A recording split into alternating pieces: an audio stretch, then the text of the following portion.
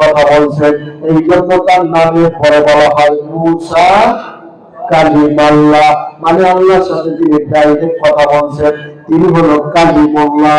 মুসা নবী আল্লাহর কাছে গিয়ে বলতেছে, আল্লাহ আমি 3 দিন বৃষ্টির জন্য তোমার কাছে নামাজ পড়েছি, আমার হাজার হাজার উম্মত দিয়ে নামাজ পড়েছি, তুমি কেন দোয়া কবুল করো নাই?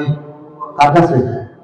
আল্লাহর কাছে বলতেছে, তুমি আমাকে নবী করে বানিয়েছ, কতগুলো মানুষের মধ্যে আমি দোয়া করলাম, আমাকে বেইজ্জতি করেছ।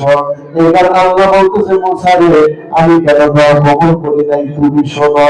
মুসা বলল, আল্লাহ কেন করো নাই? তাই মুসা তোমার ওই মাহফিলের মধ্যে একজন পাপী আছে, একজন অপরাধী আছে। কেমন অপরাধী?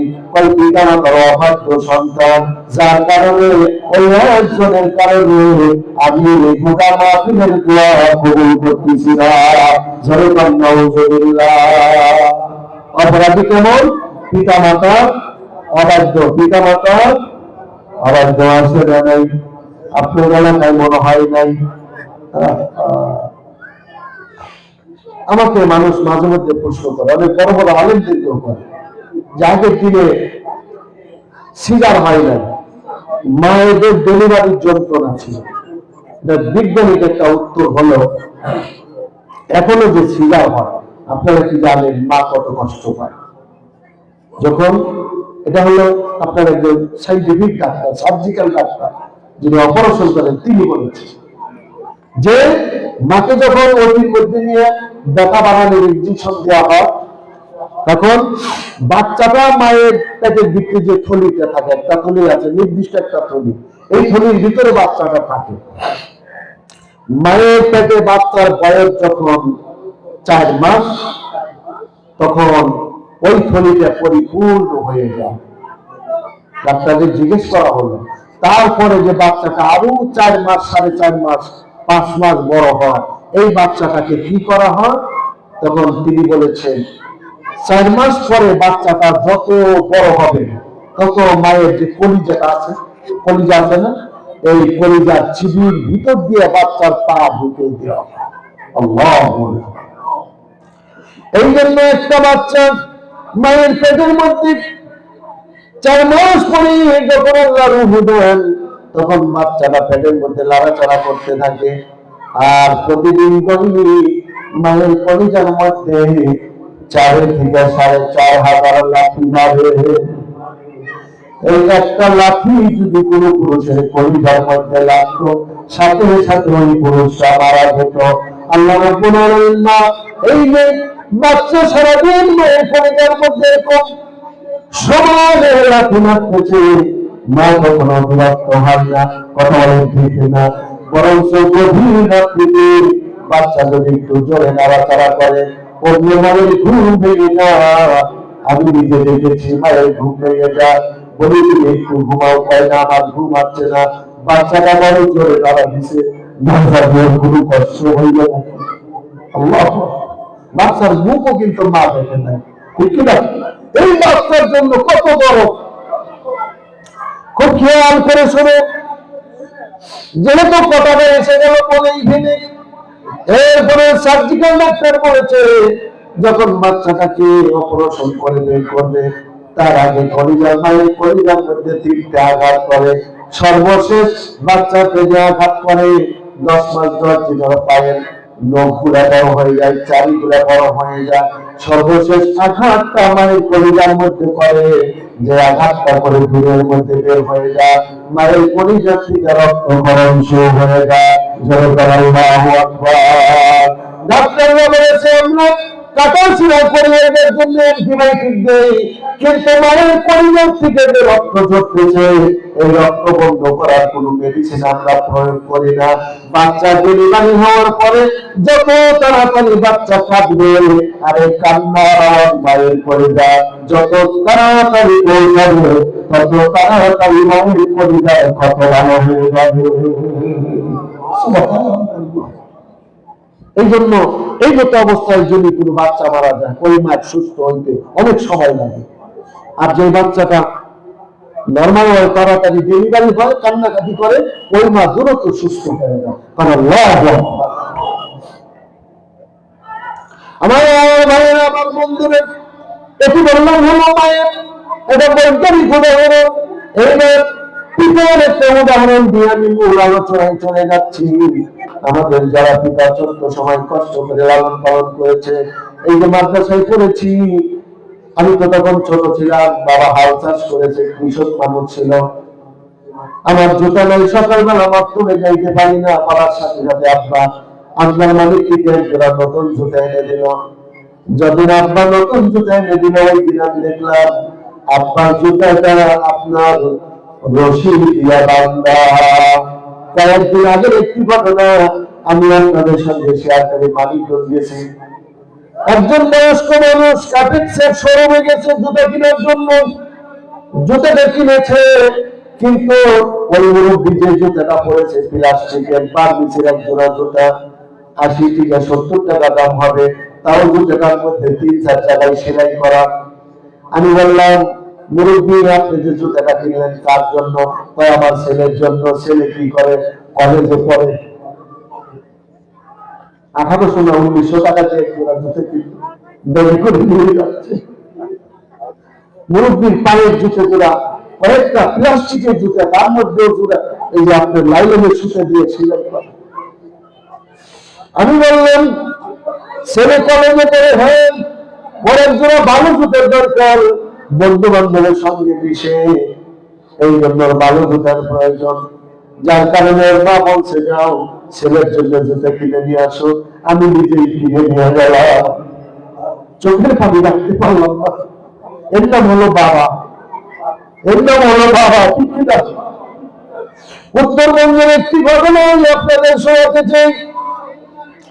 এক গৃহস্থের একটা মাত্র ছেলে ঢাকা ইউনিভার্সিটিতে ভালো রেজাল্ট করেছে, চান্স পেয়েছে, বড় অফিসার হয়েছে। এইবার ওই লেখাপড়া অবস্থায় শহরে একটা মেয়ের সাথে তার সম্পর্ক হয়েছে, লেখাপড়া শেষ, বড় অফিসার হয়েছে। এবার মেয়েটিকে প্রস্তাব দিচ্ছে, আমি তোমাকে বিয়ে করবো। মেয়ে বলছে, একটা শর্ত আছে। শর্ত কি? কয় শর্ত হলো, আমাকে বিয়ে করলে কোনোদিন তুমি গ্রামের বাড়ি যেতে পারবে না। শহরের মানুষরা কিন্তু গ্রামের মানুষকে একটু ছোট্ট চোখে দেখে, নজরে দেখে। কথা ঠিক বললাম না ভুল বললাম? অনেকেই আপনার শহরের অনেক মানুষ বলে এটা হলো কি খ্যাত, কথা বলে ঠিক কিনা? ওই খ্যাত, এরকম এরকম ওরা বলে, খুব ধারণা করে খ্যাত বলে। এবার ওই অফিসের মেয়ের প্রস্তাবের আগে পিতা মাতার কথা বলে গেল। দীর্ঘদিন পর সংসার করছে, বাচ্চা কাচ্চা হয়েছে, মা বাবা যখন বড় হয়ে গেছে, এইবার একদিন মা রাস্তার ধারে দাঁড়িয়ে রয়েছে। ছেলেকে দেখি না, বয়স তো শেষ হয়ে গেল, আর কয়েকদিন বাঁচবো, কখন যেন মরে যায়। ওরা ক্লাস রাস্তা দিয়ে যায়, বলতেছে, আব্দুর রহমান, আমার ছেলের খবর কি পাইছে? বড় অফিসার হয়েছে, তোমার নাকি নাতু হয়েছে, ঢাকায় বিয়ে করেছে, দেশে আসলে পরে ওর বউ থাকবে না, এই জন্য আসে না। মা বলতেছে, আব্দুর রহমান, আমার ছেলেটাকে বইগুলোর কাছে টাকা পয়সা কিচ্ছু চাই না, জীবনের শেষবারের মতো ওকে এক নজরে দেখতে চাই,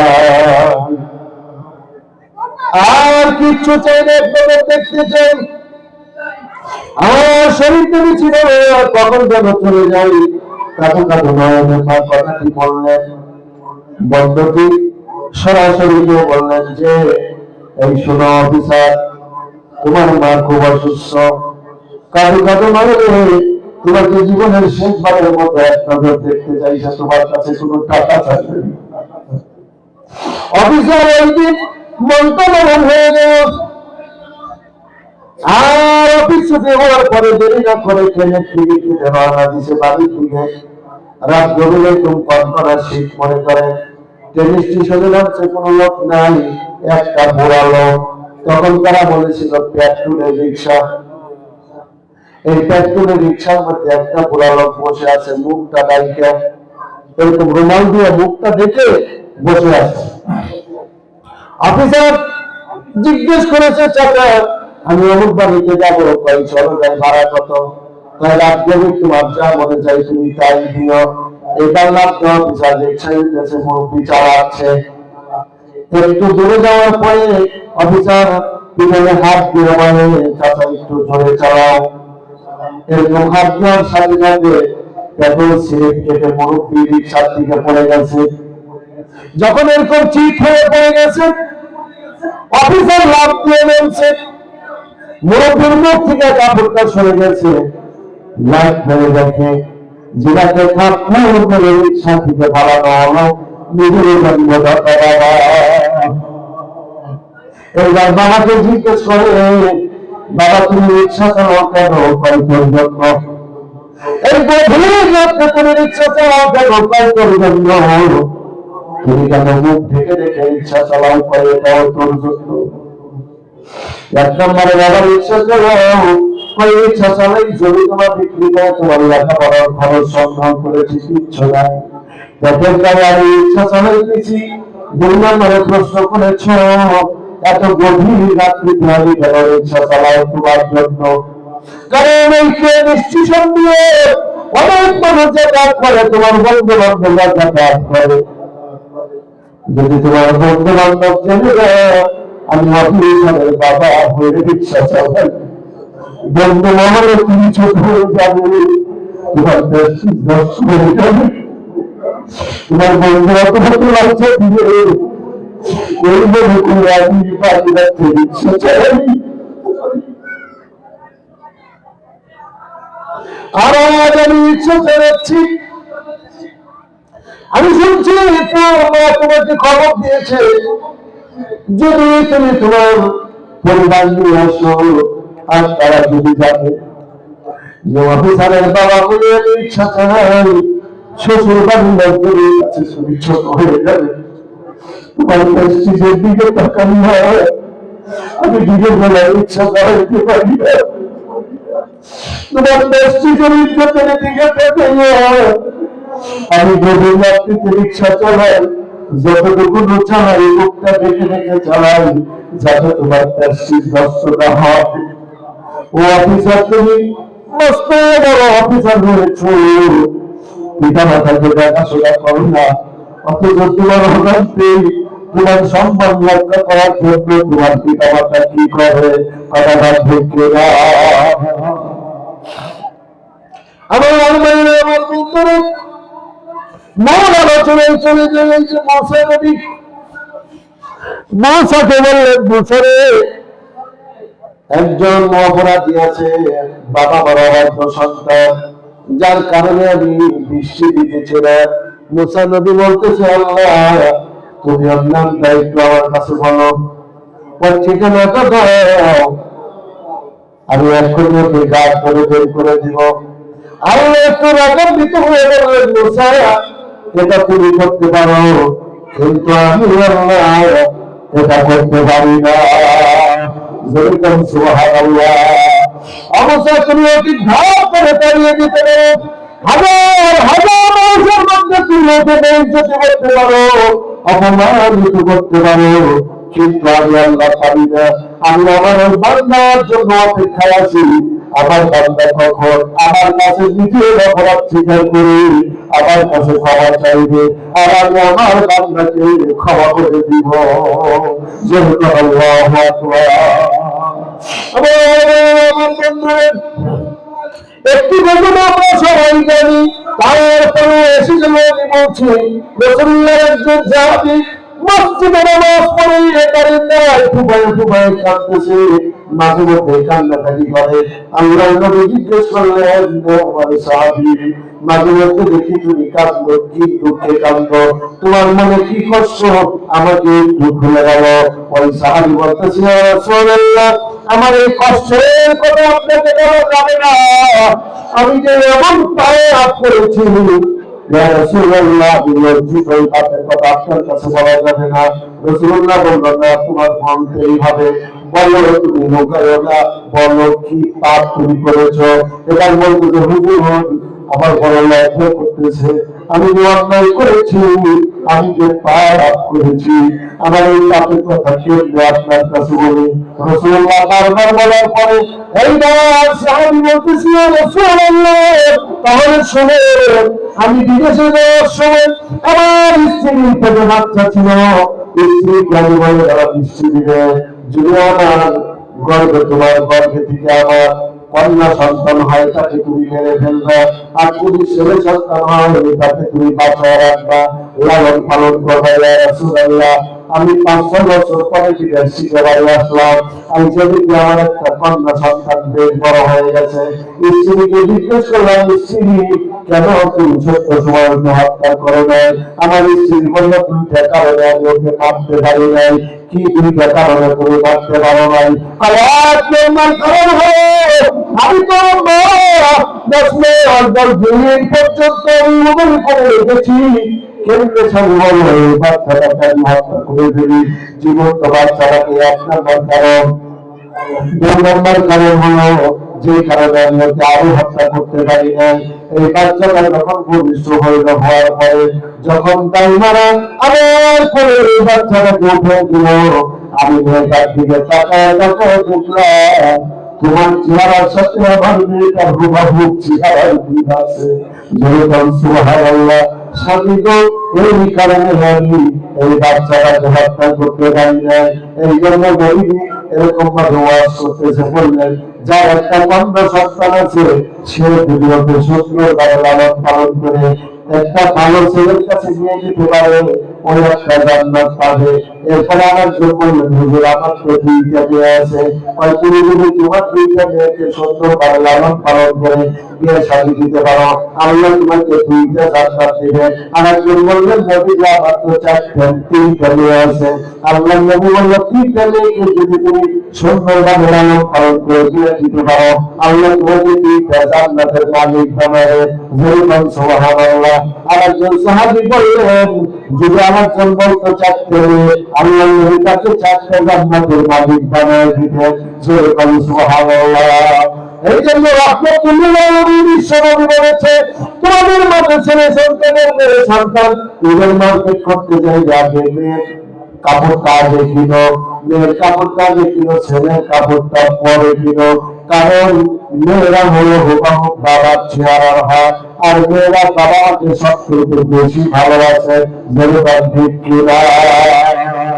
দেখবেন আপনার ছেলেরা মারা গেছে, কোন লোক মারা গেছে, এরকম ভয়াবহ দৃশ্য আমরা দেখি, ছেলেরা চোখ দিয়ে পানি ঝরছে, মনের কষ্ট আটকায় রাখতে পারে, কিন্তু মেয়েটাকে বিয়ে দিয়েছেন আপনি, সেই একটু দূরে মেয়েটা আসার সাথে সাথে ওই বিদেশিটা শুনছে বাবা মরে গেছে, যেই শুনছে বাবা মরে গেছে ওখানে মেয়েটা অর্ধেক হয়ে পড়ে গেছে, আর স্বাভাবিক ভাবে হাঁটতে পারে না, তাকে শাড়ি করে দেওয়া চালাবে। কথা বলেন ঠিক কিনা? আমার ভাইয়েরা, আমার বন্ধুরা, এই জন্য কন্যা সন্তান এটা হলো আল্লাহর রহমত। কন্যা সন্তান কি? আল্লাহর রহমত।